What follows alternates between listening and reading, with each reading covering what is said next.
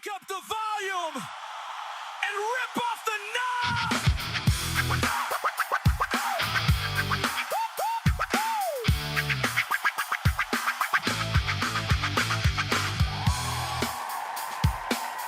What's up, party people? Welcome to Rent-A-Friend Radio. This is Brian from Shwa coming to you from the Rent-A-Friend Radio studio. That's why I have this dope microphone sitting in front of my face. So, I know, you're concerned, so am I. That's why I have iced coffee. Today, we're going to do what we always do here at Rent-A-Friend Radio. We are going to crank some rock tunes. We got music from the Dr. Cheese Experience, but we're going to start off with a brand new band that has just joined the Dr. Cheese 11 Muffins Collective. So, you might know Dr. Cheese. He's the guy from the Dr. Cheese Experience, but he has put together a rock and roll Avengers team. And they are over at Love and Muffins Music. And this is the latest musical power, the powerhouse of rock and rap that have joined the Dr. Cheese Experience over at Love and Muffins Music. Put your hands together, put your ear to the radio, and listen and enjoy Sugar Is Your Friend, performed by Shwa and the Rhyme Scientist. Here on Rent-A-Friend Radio. Let me state it. Let me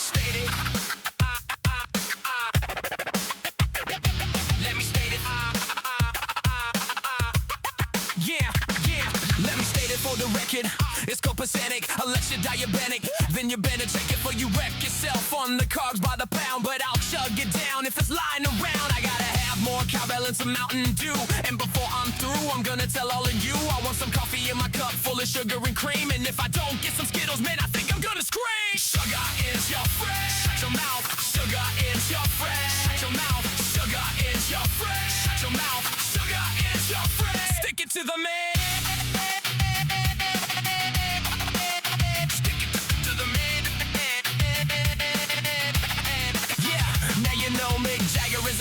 Junkie George Clinton gets funky with the saccharin mochi. Elvis used to trip and refuse to shake his hips until his peeps brought some wild cherry Pepsi to his lips. And sugar is the reason Gotham City's dark night stays awake all night, finding villains to fight, cause he knows it's white to chug his soda can. Drink pop, don't stop, or you can stick it to the man. I don't wanna cause a riot, but I don't buy it. The Zach is jazz and the South Beach diet, cause diet is just die with the T at the end. Don't be pushing that pink stuff, sugar is my friend.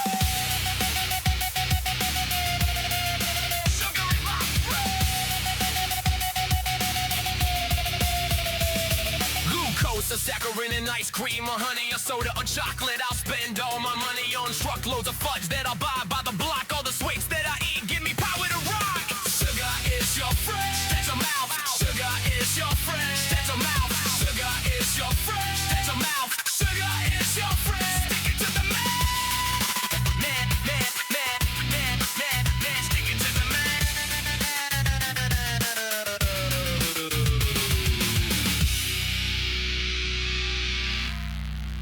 Stick it to the man!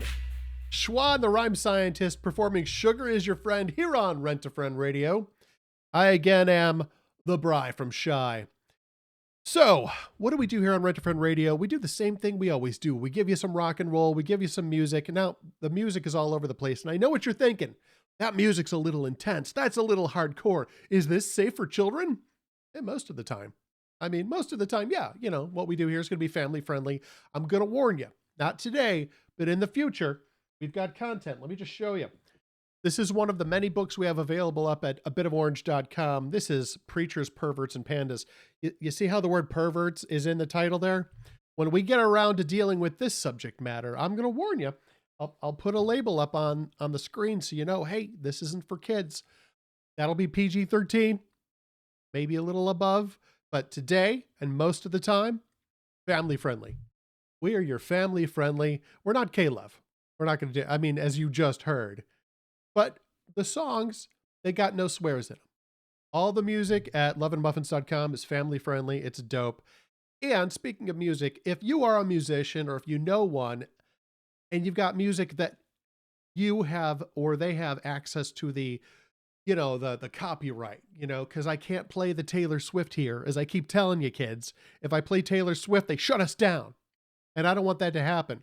we have a deal with our good friend Dr. Cheese over at the Love and Muffins Music, where we got the full rights to the whole catalog. So that's why we're playing all the different musicians, all the different artists that are part of his group.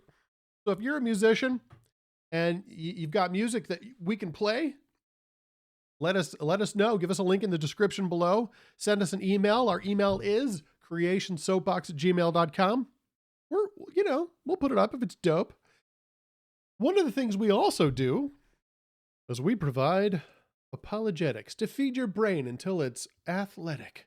Athletic brains. That's not, we need to, wait, athletic brains. Trademark, me. Just, Wes, write that one down. Wes Eisnock, ladies and gentlemen. He's the guy who actually answers our emails. But, I want to answer your questions. You've got questions, leave them in the description or send Wes an email at creationsoapbox@gmail.com. So we've got books over at a bit of orange.com. So you can get paperbacks like this one here. There's links on a bit of orange.com that take you to Amazon so you can buy it, or you can download the digital copy at a bit of orange.com. So what we're doing is we're going through those books, doing a little bit of audiobook format. So you can put this on while you're driving, while you're vacuuming, while you're painting, while you're trimming your hedges, and just listen to the soothing sound of my voice. So what we've been going through is this book here, The Socratic Ducky, and we are going to continue reading with Chapter 4, The Metaphysical Map and the Mile-High Duck, Perception, Illusion, and Truth. So let me catch you up on what this book is about. See this map here, if you're watching the video version of this, I have what's called the metaphysical map, which I created. You're welcome. So this is a map of all the different concepts, the big picture ideas that are discussed in theology, philosophy, that kind of stuff. And these are the relationships between them. So the first 3 chapters, I introduce the map and we talk about God and distinguish who the God of the Bible is and how he's different from other proposed gods. Now we get into what God has made. God has created reality. And how do we experience that reality? Well, we perceive it. So we use our 5 senses. So, to the metaphysical map. The metaphysical map is a guide to life, the universe, and everything. There it is, my friends. If you'd like to purchase a t-shirt with this on it, let us know. We don't have any to sell you, but give me something to tell the folks back home. I'd be like, hey, no, seriously, this guy wants to buy a shirt with this on it. Can you believe that? That would be cool. Maybe we'll make that happen. So for the past 2 chapters here, they were about the nature of God, who you can see in the map there is the beginning of the metaphysical map. You need to start somewhere before you can follow the map to somewhere else, right? We've started with God, and now we can follow the map to truth. But first I need to define truth. Truth is word, thought, or picture accurately reflecting reality in as far as the word, thought, or picture intends to reflect it. In order to teach you the ins and outs of the metaphysical universe, I present to you the metaphysical duck. Behold the ducky in all of his glory. I took this picture of the duck with a digital camera. You can look at this picture and determine that the duck is yellow, but is that the truth? If you stop and think about it, you can only really determine that the duck in the photo is yellow. That's the duck in the photo. You don't have the real duck. I do. The photo tells you that the duck is yellow, but you don't actually know if the photo accurately reflects the real duck unless you have the real duck to compare to the photo. They say a picture is worth 1,000 words, and now, thanks to the invention of digital imaging software, all of those words can be brazen lies. Some days I find it hard not to be cynical. And I wrote this before AI was a thing. I'm real. Where was I at? To determine the truthfulness of the photo, there needs to be a real duck with which to compare it. If this picture is only something I made in Photoshop or AI generated, there is no actual duck. Then it is pointless to discuss whether the picture shows the true color of the duck, just as it would be pointless to inquire as to the home address of about half of the registered voters in the Chicago election. because they aren't real. I wish I was kidding about that. Thus, if the ducky is the same color as the photo, then you can say that the photo tells the truth as far as the color of the duck is concerned. If not, then the picture presents an illusion, and you perceive something which is not true. But there are limitations to the picture. For instance, can you tell how big the duck is? Is he one of those keychain ducks or one of those huge duckies that can be used as furniture? Well, there's no way to tell from this photo. For all you know, this could be a gigantic duck that doubles as a submarine and has a crew of 100 men. It's not. But I wish it was, because that would be totally sweet. Does that mean this picture is inaccurate? Is it false? An illusion? Well, no, because the picture is accurate as far as the picture intends to describe the duck. It is accurate in as far as it describes the duck, but no further. What it says about the color of the duck is true, but it simply doesn't say anything about the size. It's not inaccurate, false, or an illusion. It's only incomplete. Need another example? Go look in the mirror. What does the image tell you about the back of your head? Nothing. Does that mean it is lying to you? No, it means your skull is not transparent. If you can see the back of your head in the mirror, you might want to seek immediate medical attention. Or pick a keen superhero name. It depends on why you can see the back of your head, I suppose, but I digress. I can give you a measurement of how tall the ducky is, but unless there is a real ducky, my description cannot be true because truth is true about something real. If I say the ducky is 5 inches tall, but there is no ducky, I have not told you something accurate about something that exists. I have invented data arbitrarily. I have lied. I could just as easily say it is a mile tall, and it would be no more or less accurate. It would be equal, metaphysically, not numerically, to my description of 5 inches because neither is true of a real duck. Clearly, if something fails to be accurate, it must be false. Unreal/imaginary is the same as untrue, as true requires a thought, word, or picture to accurately reflect a real something. You see how this works? You see it? I think you do. You're smart. I can tell that from here. I have the real ducky, so I can measure it. And when I do, I discover that he is in fact 4 inches tall. So while neither the imaginary measurements of 5 inches or a mile were true, in other words, accurate when compared to the real ducky, the 5 inches was a lot closer to the real thing. We would say it is more true than the presumption that it is a mile high, because while inaccurate, 5 inches is closer to the real truth of 4 inches than the alternative, a mile. So we can say it is less inaccurate because the distance between it and the truth is less than the distance between the truth and the presumption of a mile-high duck. Personally, I think Mile High Duck would be a good name for a band. So, if you're starting a band, there you go. The important thing to remember here is this: if there is no duck, I cannot describe it with accuracy. That is to say, I cannot tell the truth about the duck. If there is a duck, I can describe it either accurately and tell the truth, or inaccurately and present an illusion, falsehood, or lie. Sometimes we call this journalism. If there is a duck and I put its picture on a t-shirt, maybe I can get someone to buy that. For the try at any rate. All right. And so that's the wrong button. There we go. That is chapter 4. We are going to get into chapter 5 in a minute, but first I'm going to take you bird watching like a boss. So the rock and roll continues here on a bit of orange. Not a bit of. That's a bit of orange is where the books are. We're Rent-A-Friend Radio. I'm sorry, guys. That's why I have the caffeine. I'm going to drink some iced coffee and try to caffeinate my brain before we come back. In the meantime, this is a song that has really inspired me to want to start watching birds. This is Birdwatching Like a Boss by Unified Rock Theory here on Rent-A-Friend Radio.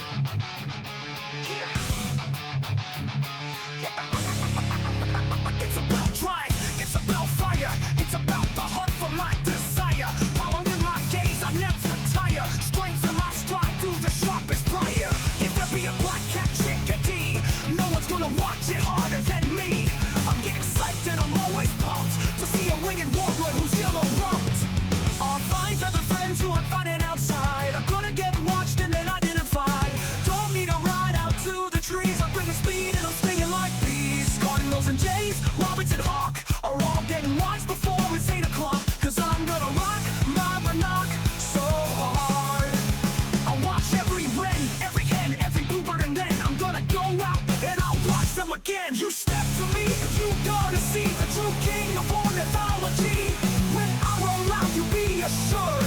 be watching every bird. I'm a bird watcher in this yard, watching these birds and watching hard. Cause every bird I come across, I'm gonna be watching like a boss. You boys ain't ready to sweat and to strain and train to toughen up your baby brain for birdie names to memorize and identify those guys in the skies. I'm bringing the metal and never the noise. Those ain't binoculars, those are just toys. Your skills are just slacking and straight up absurd. Don't tell me I heard you think you're watching birds. You won't see nothing, fool, you're a disgrace. Even if inches just land on your face. With hummingbird speed, I'm winning this race. To watch all the birds that there are in this place. With your sissy soft sucker bird guy, you might as well quit and straight up stay inside. Blackbirds and bluebirds and goldfinch and doves. These birds up above, see the thing that I love is to watch them flitter and flutter and fly. While we wing it so high, way up to the sky. Picking and pecking and preening in trees where nobody sees except watchers like me. Cause they can't escape my steely-eyed gaze. I've got ways of watching woodpeckers for days. They be nesting, but I've been testing dope new techniques cause I'm the best in watching a bird anywhere that it's at. I'm gonna see it in that natural habitat. You're gonna cry over the field, won't you be watching? When you see how many birds that I'll be watching. You step to me, you gonna see the true king of ornithology.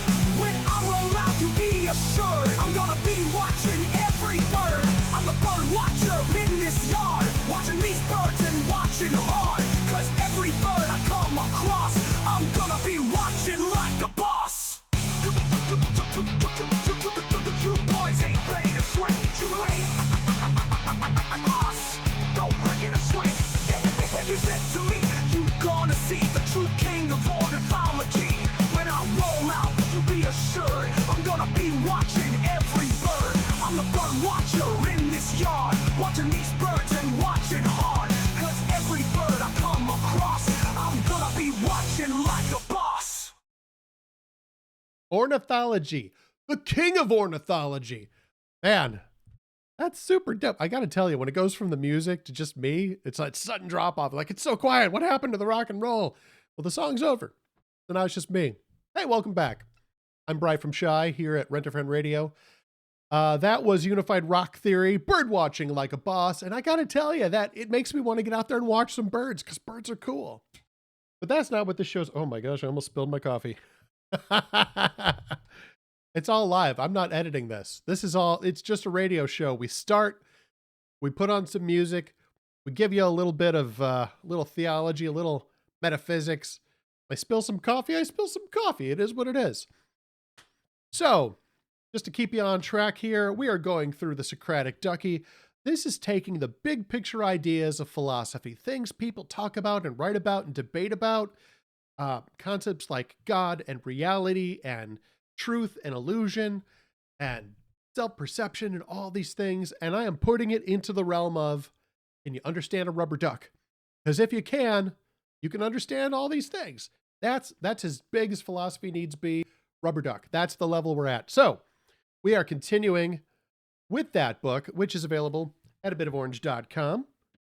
Again, if you go to abitoforange.com, go to free books. You can find the free digital download of this. And if you want to get a paper copy of this, the paperback is available through Amazon. The link is on that same page.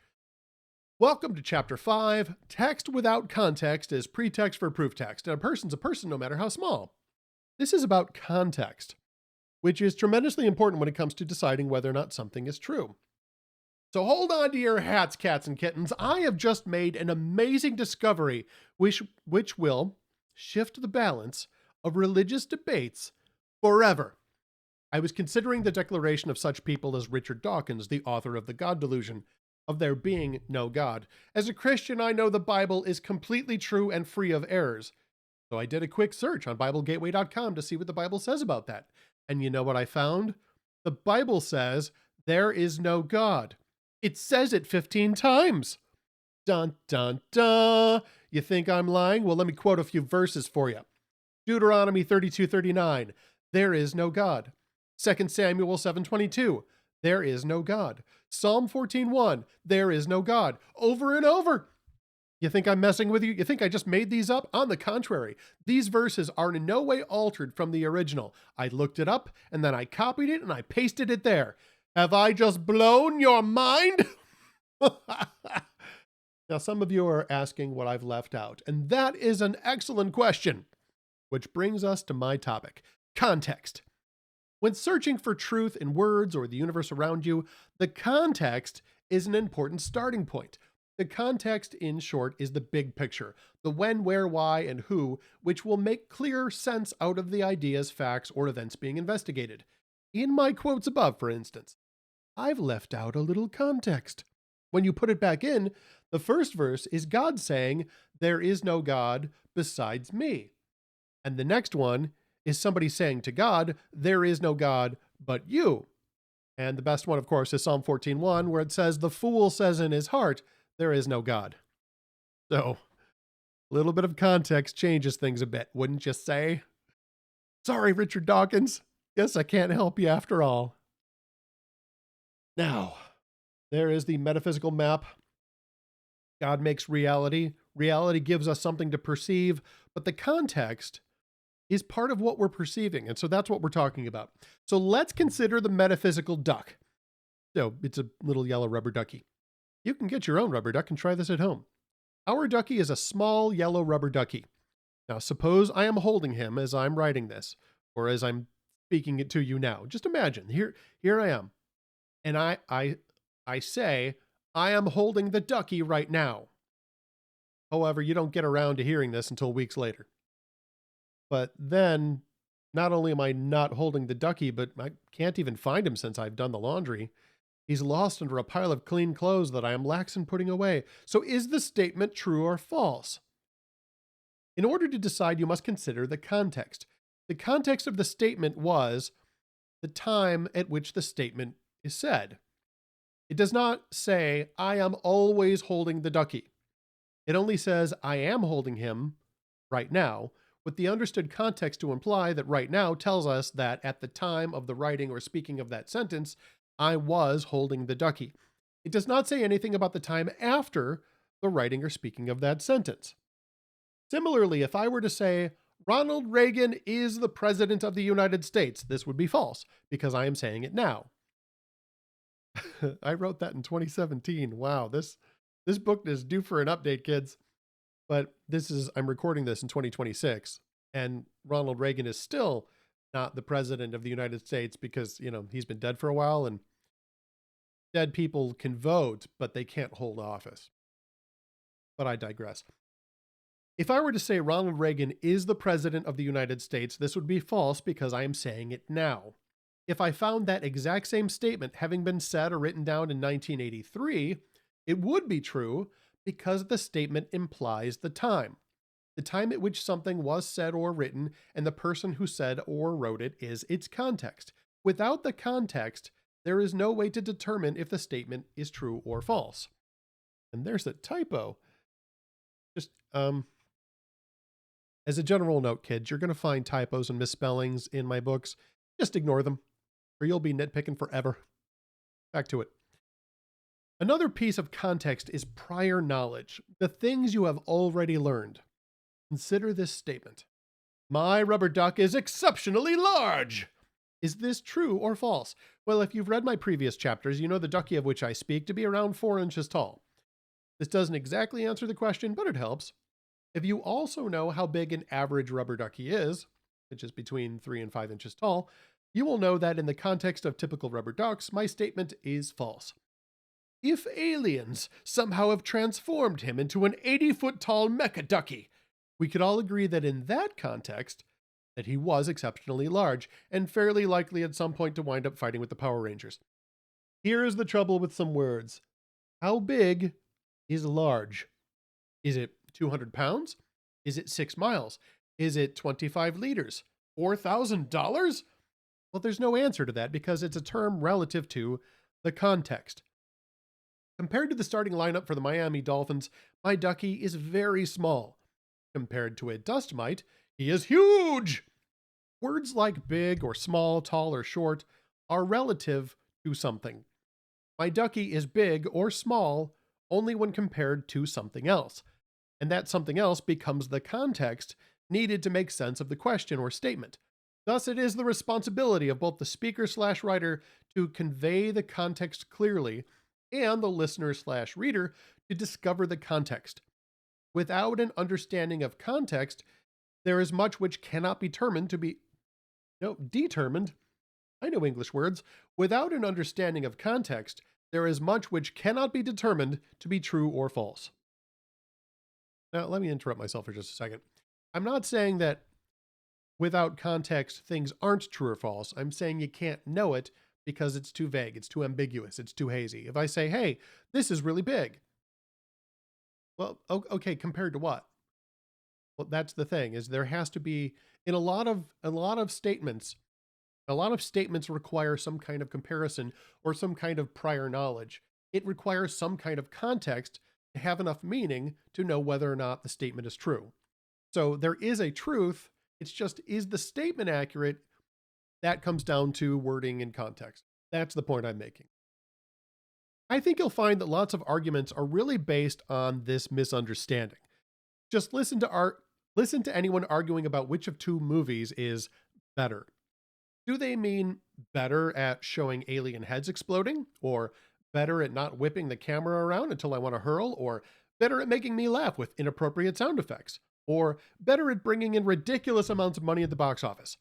Most of the time, people will rant and rave at each other about the concept of better without ever defining the context of better at what. I think we could avoid a lot of angry cafeteria fights and probably most of those political news shows if everyone spent more time defining their context and less time assuming what it might be. One thing which is true no matter who you are or when this happens is this.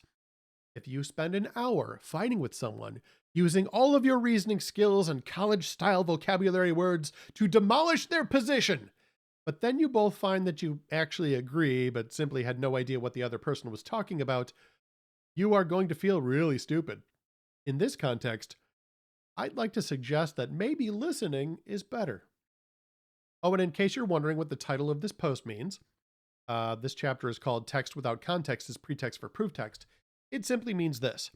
Scripture without context will be used by people to try and get the Bible to say whatever they want it to say, instead of, with context, what it actually says. But as Dr. Seuss taught us, everything is more fun to learn when it rhymes. All right, boys and girls, it is time for a little bit of rock power with Dr. Cheese. I give to you now, I'm So Bored with This Opening Band by the Dr. Cheese Experience. Enjoy.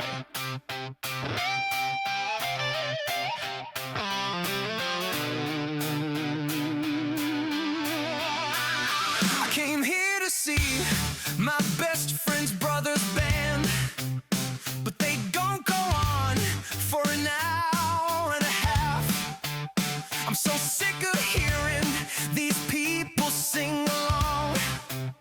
I'm so sick of hearing these idiots laugh.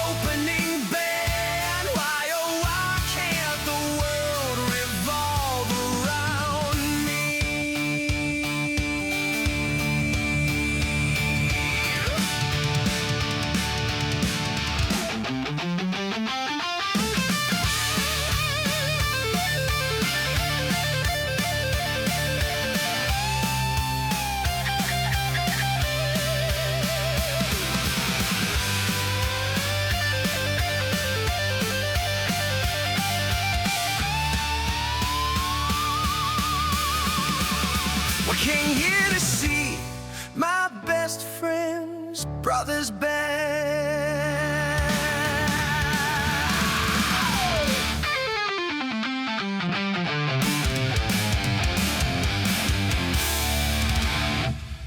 Yeah, Dr. Cheese and the Dr. Cheese Experience. I'm so bored with this opening band. That's a new one. That's just gone up recently, and I'm loving it. If you want to check out more of Dr. Cheese's music, there's links in the description. Check it out at Love and Muffins Music. That's his collection of friends, where you'll find Dr. Cheese, you'll find Wizard Hat and the Gingers, you'll find Unified Rock Theory.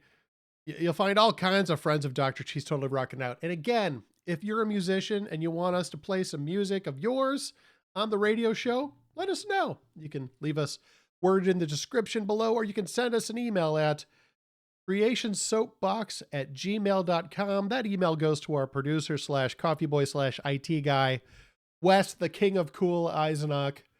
I want to thank you all for listening to Rent a Friend Radio here. I am Bri from Shy. And I just want to let you know, Jesus loves you. You guys have yourself an awesome day, and I will see you next time on Rent a Friend Radio.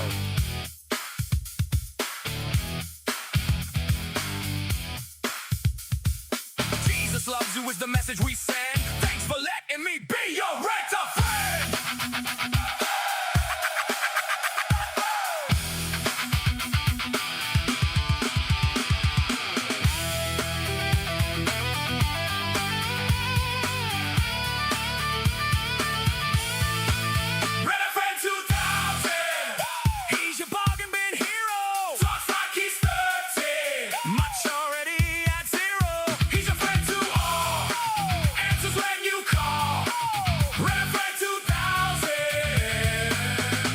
Worst friend of all.